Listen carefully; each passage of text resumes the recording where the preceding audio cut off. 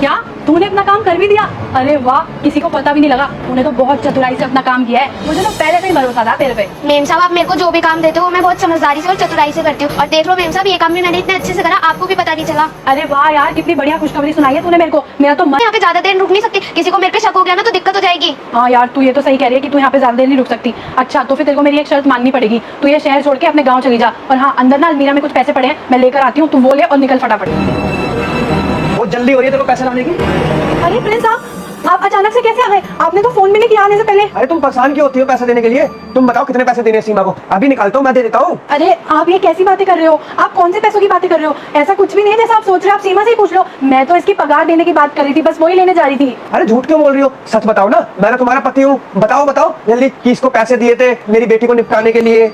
हाँ मेम साहब, साहब तो बिल्कुल सही कह रहा है, आप चौंक के रहो। आपको क्या लगा कि मैंने साहब को कुछ नहीं बताया? मैंने साहब को सब कुछ पहले ही बता दिया था। आपको क्या लगा इन चंद पैसों के लिए मैं बिक जाऊंगी? मेम साहब, मैं साहब के साथ कभी गद्दारी नहीं कर सकती। और मैं उस टाइम को भी नहीं भूल सकती जब मेरे पास कुछ भी नहीं था, ना पैसे थे, ना खाने को रोटी थी, ना घर था। उस टाइम साहब ही मेरा सहारा बने और अपने घर में लाया। आपने मुझे अपने घर में काम दिया और मेरी मदद करी और मेरे को अपनी छोटी बहन की तरह ही मानते हैं। मैं साहब के साथ कभी गलत नहीं कर सकती। मेम साहब, ये तो कुछ हजारों की बात थी। अगर आप मेरे को करोड़ रुपए भी देते ना तो भी मैं अपने साहब के साथ ऐसा कुछ नहीं करती। शाबाश सीमा, आज तूने अपने भाई बोलने का फर्ज निभा ही दिया। और हाँ आदित्य, तू ये सोच रही होगी ना कि मैं यहाँ पे कैसे आ गया और मुझे ये सब पता कैसे चल गया, तो ये देख।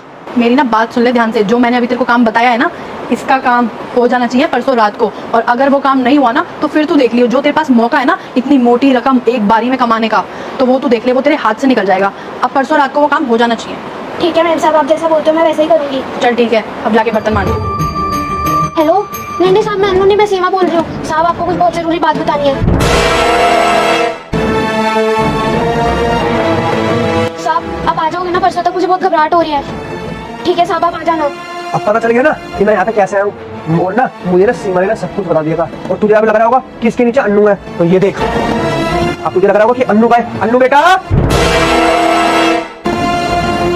क्या बिगाड़ा था मेरी छोटी सी बच्ची ने जो कि इसको निपटाने की बोल रही थी है? वो तो अच्छी थी सीमा। सीमा ने मेरे को बता दिया। कोई खराब इंसान होता तो मैं क्या करता और कहाँ मुंह दिखलाता अपना। तेरी सजा ना पुलिस है, मैंने अपने दोस्त को पहले बोल रखा है। और अब वो आता ही होगा और तेरे को ले जाएगा थाने में, बंद करेगा तेरे को। अब और तू ये मत सोचियो, तेरे को ना कड़ी से कड़ी सजा दिलवाऊंगा, ठीक है ना? नहीं प्रिंस, ऐसा मत बोलो। मेरे को जेल में मत डलवाना प्लीज। मैं तुमसे माफी मांगती हूँ। मैं जानती हूँ मेरे से गलती हो गई। मैंने ये सब सीमा को करने के लिए बोला था। वो क्या है ना, मेरा दिमाग भटक गया था, पर अब दिमाग ना मेरा बिल्कुल सही जगह पे आ गया। मैं आज के बाद ऐसा कुछ नहीं करूंगी। वैसे भी तुम्हारी बेटी तो सही सलामत है ना, इसको कुछ भी नहीं हुआ। प्लीज ऐसा मत करो। चुप रहे, मुझे तेरी बकवास नहीं सुननी। ठीक है तो क्या हो गया? मतलब तेरे कहने का क्या मतलब है? ये निपट जाती? ऐसा नहीं होने दूंगा। अभी इसका बाप जिंदा है। बेटा तू आराम से यहीं पे रुक, सीमा दीदी के संग। तेरी माँ को मैं पुलिस के हवाले डाल के आता हूँ। चल प्लीज प्लीज मेरे को जेल में मत डलवाओ। वही अनु तेरी पूरी माँ। थैंक यू सीमा दीदी, आपकी वजह से आज मैं बच गई, नहीं तो वो मम्मी तो इतनी बुरी थी। कोई बात नहीं।